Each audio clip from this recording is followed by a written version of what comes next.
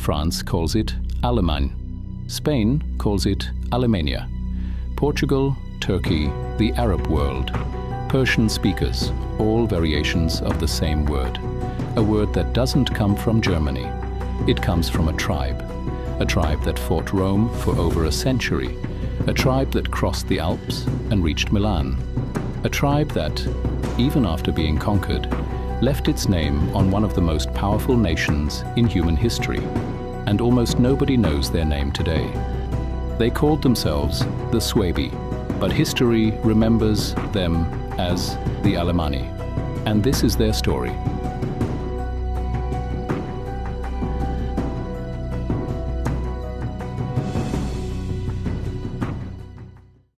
The Alemanni don't appear in the historical record the way most tribes do, through a single moment of contact, a treaty, a battle.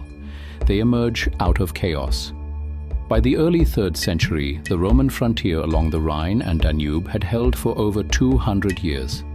Behind it, Germanic tribes shifted, merged, and reformed constantly, pressure building against the Roman wall like water behind a dam.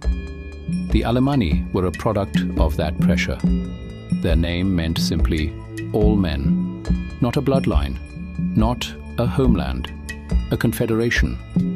Fragments of older Suebic tribes who had drifted south toward the Upper Rhine and fused into something new, drawn together not by a king, but by geography and necessity. The Romans first wrote about them in 213 AD, when Emperor Caracalla marched to the Rhine. He found a people who wore Roman clothes, spoke of Roman customs, and came to him asking for help against a neighboring tribe. Caracalla's response was characteristic of the man. He summoned their warriors under the pretense of hiring them as soldiers. Then, at a signal, he had them slaughtered. It was the first time Rome and the Alemanni met. It would not be the last. For the next 40 years, the Alemanni pressed the frontier.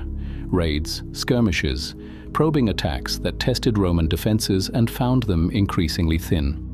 Then came the 200s and 50s, and Rome began to crack. Emperor after emperor rose and fell. Plague swept the empire. The legions that had held the Rhine were pulled east to fight Persia, pulled south to crush usurpers, pulled in every direction at once. The wall that had held for 2 centuries was suddenly undermanned. The Alemanni didn't hesitate. In 260 AD, they crossed the frontier in force, swept through the Egri decumats, the Roman-held wedge of land between the Rhine and the Danube, and kept going. They crossed the Alps. They reached Milan. For a few terrifying weeks, a Germanic warband stood in the heartland of northern Italy. The Emperor Gallienus rushed back from the east, defeated them near the city, and forced them back across the mountains. That crucial buffer zone between the Rhine and Danube, Rome never recovered it. The border had moved permanently. The Alemanni now sat on land that had been Roman for 200 years, and they had no intention of leaving.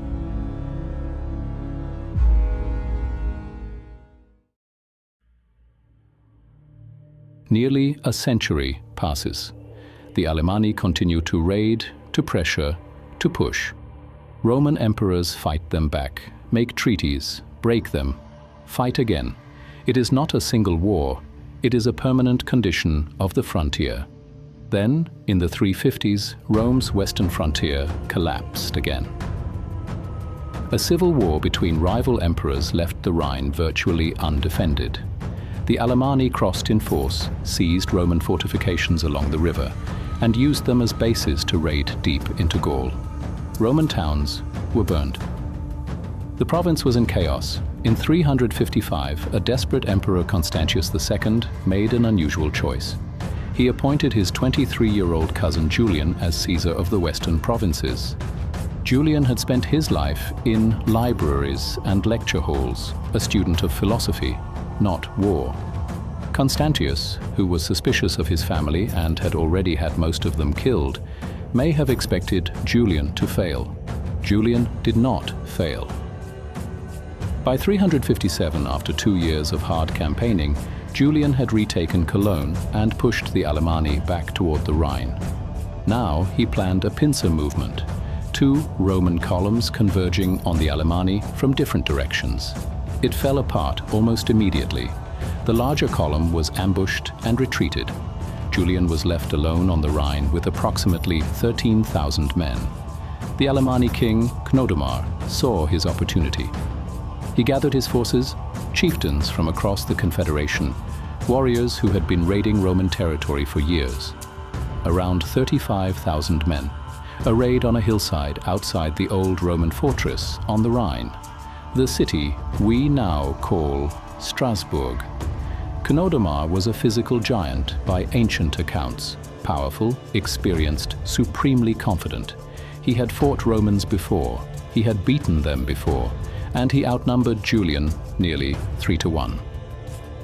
Julian arranged his infantry in two disciplined lines, his cavalry on the right, his elite legion held in reserve. The battle that followed was brutal and close. The Alemanni right flank, hidden in the woods, launched an ambush. The Roman cavalry broke and fled. For a moment, it looked like the line would collapse entirely. It didn't. The Roman infantry held, steady, trained, grinding forward against a larger force that was beginning to tire. The Alemanni broke first. They ran for the Rhine. Many drowned trying to cross it. When it was over, Rome had lost 243 soldiers and 4 officers. The Alemanni had lost 6,000 on the field. Chnodomar himself was captured, found hiding in the reeds near the riverbank, exhausted and abandoned by his men. He was sent to Rome, where he died in captivity.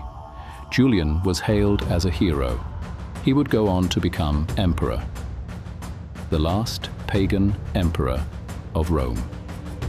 The Battle of Strasbourg was the moment that made him, but the Alemanni were not destroyed.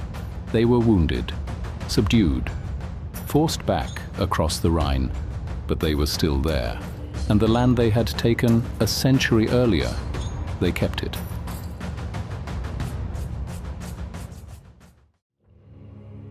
The final chapter of the Alemanni as an independent people comes in 496 AD, nearly 150 years after Strasbourg. By then Rome was gone. The Western Empire had collapsed 20 years earlier. In its place, new kingdoms were forming. Visigoths in Spain, Ostrogoths in Italy, and in the north, a rising Frankish power under a king named Clovis. Clovis defeated the Alemanni at the Battle of Tolbiac in 496 AD and absorbed them into his growing kingdom. The Alemanni ceased to exist as a political entity, but here is what did not disappear: their language, their dialects, their way of speaking, rooted in the Upper Rhine, shaped by centuries of living between the Roman world and the Germanic interior. The Franks gave them Christianity. They gave the Franks their words.